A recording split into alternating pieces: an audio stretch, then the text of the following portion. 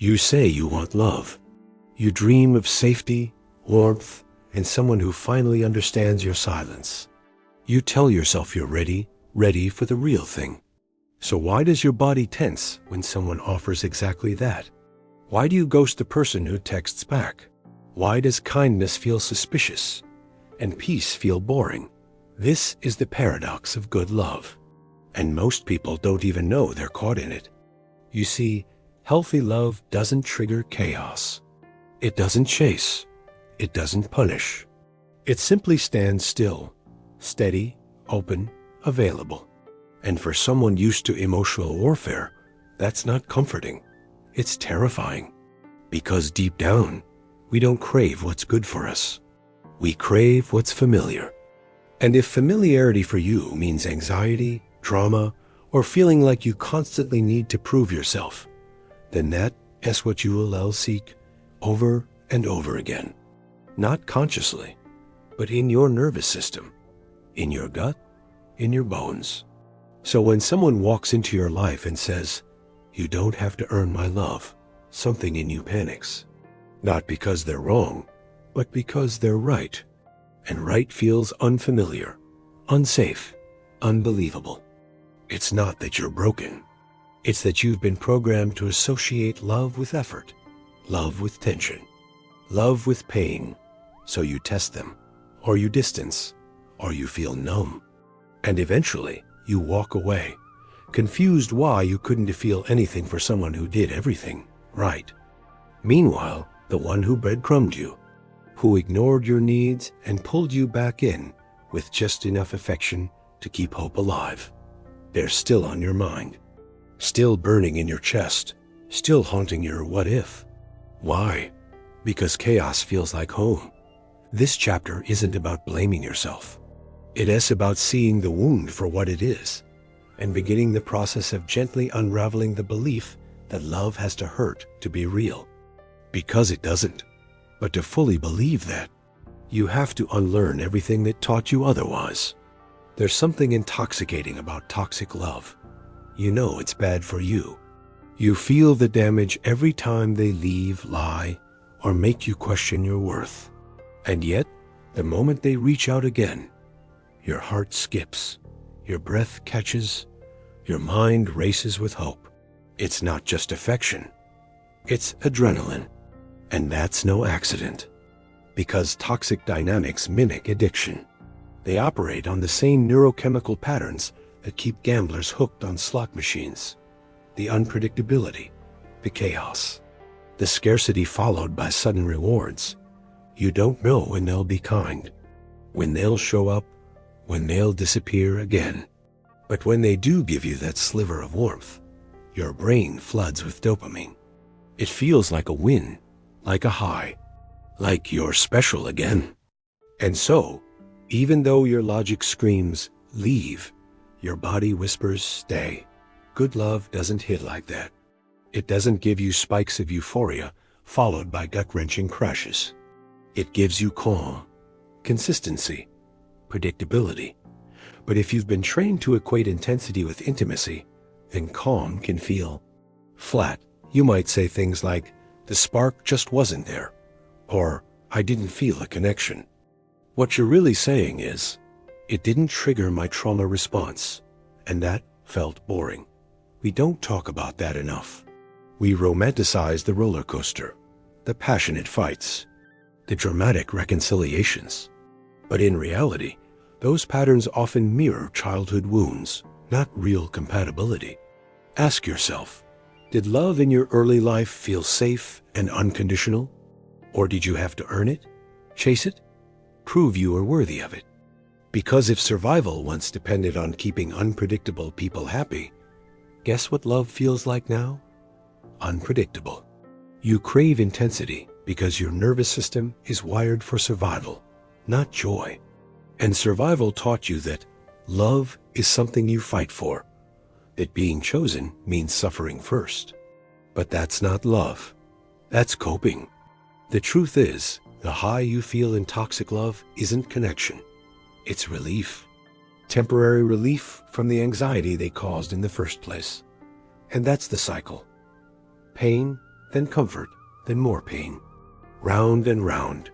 Good love doesn't create that loop. It doesn't spike your nervous system and then soothe it. It simply exists, soft, stable, and steady. And for many, that feels like nothing. Not because it is, but because you've never known anything else. To truly receive good love, you must learn to detox from the emotional highs. You have to let your system adjust to peace. Let boredom become safety. Let quiet become love. Because sometimes, the absence of chaos is not emptiness. It's healing. You say you want love, real love. The kind that sees you fully and holds you gently. But when it finally arrives, something inside you tightens. You flinch at kindness. You doubt sincerity. You wait for the moment they change or leave. Because love, real love, demands something terrifying. Vulnerability. When someone truly sees you, not just your beauty or charm, but your fear, your flaws, your raw self, it shatters the armor you've carefully built. And if you've lived a life where emotional exposure meant pain, criticism, or abandonment, then vulnerability doesn't feel safe. It feels like standing naked in a war zone. So what do? You push away the people who get too close. You pick fights. You shut down. You say, they're too nice, or it's not the right time. But underneath, it's not about them. It is about what closeness brings up in you. The fear of being truly seen and still not being enough. This is where self-sabotage takes root. You test good love because you don't trust it. You sabotage it because deep down, you don't believe you're worthy of it. That belief isn't loud. It's quiet, subtle. A background hum that whispers, they'll leave eventually, just like everyone else. So you try to leave first. Or worse, you return to what feels familiar.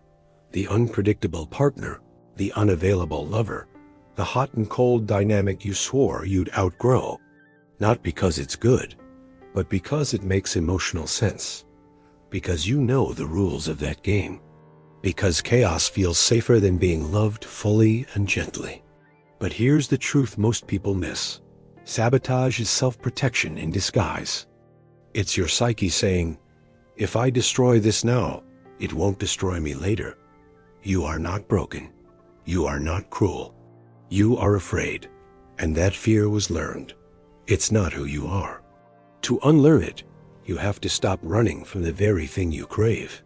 You have to sit in the discomfort of being loved without conditions. Let it feel foreign. Let it feel awkward. Let it feel unsafe until it doesn't.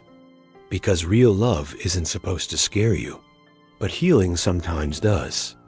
You might not realize it, but the type of love you chase is often a mirror of your earliest emotional experiences. If you grew up in a space where love was inconsistent, sometimes warm, sometimes cold, sometimes safe, sometimes punishing, then your nervous system learned to expect that chaos. It became your emotional baseline. Now, as an adult, you interpret unpredictability as passion. You confuse emotional roller coasters with intensity. When someone is calm, grounded, and consistent, it doesn't spark the same charge in you. It feels flat, boring, too easy. But it's not boredom you're feeling, it's unfamiliarity. Because you don't know how to feel safe in peace. The toxic lover who pulls you close and then vanishes, who gives just enough to keep you hoping, feels like home. Not because it's love, but because it's what you know. This is why people go back to relationships that break them. This is why they say, I know it's bad, but I can't leave. It's not addiction to the person. It's addiction to the pattern, the high of being wanted, followed by the crash of being discarded. That push-pull dynamic lights up the same parts of your brain as a drug. And like any addiction, it convinces you that pain is proof of love. But here's what most never tell you. Healing isn't as thrilling as dysfunction. At first, it's quiet, uneventful. It doesn't spike your adrenaline. And so, when someone shows up and loves you in a steady, safe way, your system might resist. It doesn't feel like love. It feels like a threat to everything you've been conditioned to believe. So you sabotage it. Not because you're cruel, but because you're trying to re-establish the rhythm your nervous system is used to. The rhythm of chaos. But that rhythm is not your destiny. You can retrain yourself to crave peace over drama, to feel excitement in stability, to recognize that true love doesn't have to hurt to feel real. It's not about never craving intensity again. It's about learning that intensity without safety isn't love. It's survival. And you're not here to survive love anymore. You're here to experience it fully. Every relationship you enter acts like a mirror. And whether you realize it or not, you always choose the reflection that matches how you see yourself. If you feel unworthy deep down, even if you smile, succeed, perform, you'll find someone who reinforces that belief. Someone who withholds, criticizes, or disappears.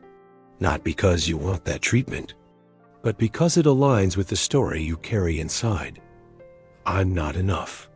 That's the real tragedy of sabotage.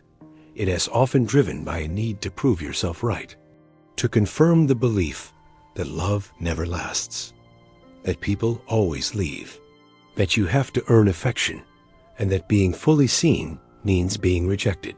So when good love appears, gentle, consistent, kind, it contradicts that story. And rather than update the story, you reject the love. Because if you accept it, if you lean into it, you're forced to confront something much harder than heartbreak. The fact that your suffering may no longer be necessary.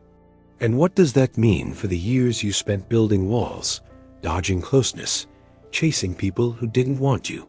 It means you have to forgive yourself. Forgive yourself for confusing chaos with love. Forgive yourself for hurting people who tried to love you well. Forgive yourself for staying in places where your heart had to shrink just to survive.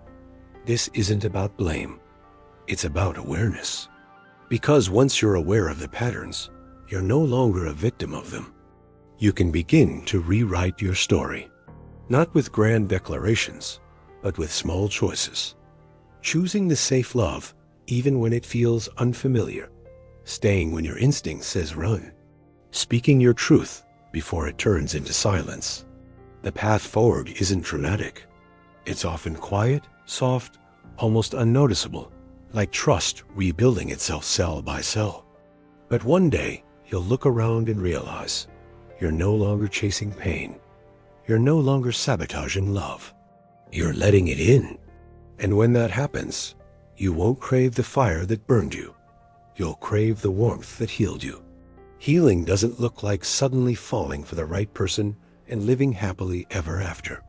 It looks like learning how to sit with the discomfort of being loved when you feel unlovable. It's recognizing the voice inside that whispers, they'll leave, and choosing to stay anyway. It's fighting the urge to test them, to push them away just to see if they come back. It's noticing the reflex to withdraw and gently leaning in instead. Letting love in means dropping the armor that once protected you. It means allowing someone to witness your messy, unfiltered, unguarded self, and believing that this version of you is worthy of love too. And that's terrifying, because if they love the mask, you can always say, they never really knew me. But if they love you, the real you, and then leave, it shatters something deeper. That fear keeps many people locked in self-sabotage. But here's what you need to know. Real love doesn't guarantee safety, but it offers something even more powerful, growth.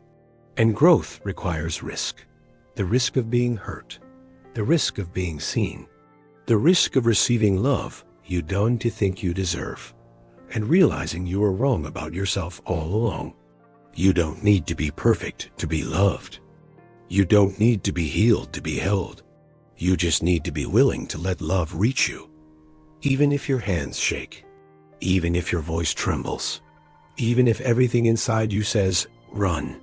Because on the other side of that resistance is connection. The kind that doesn't thrill you into chaos, but steadies you into peace. It won't feel like fireworks. It'll feel like exhaling after holding your breath for years. And that's what good love really is. Not a high, but a home.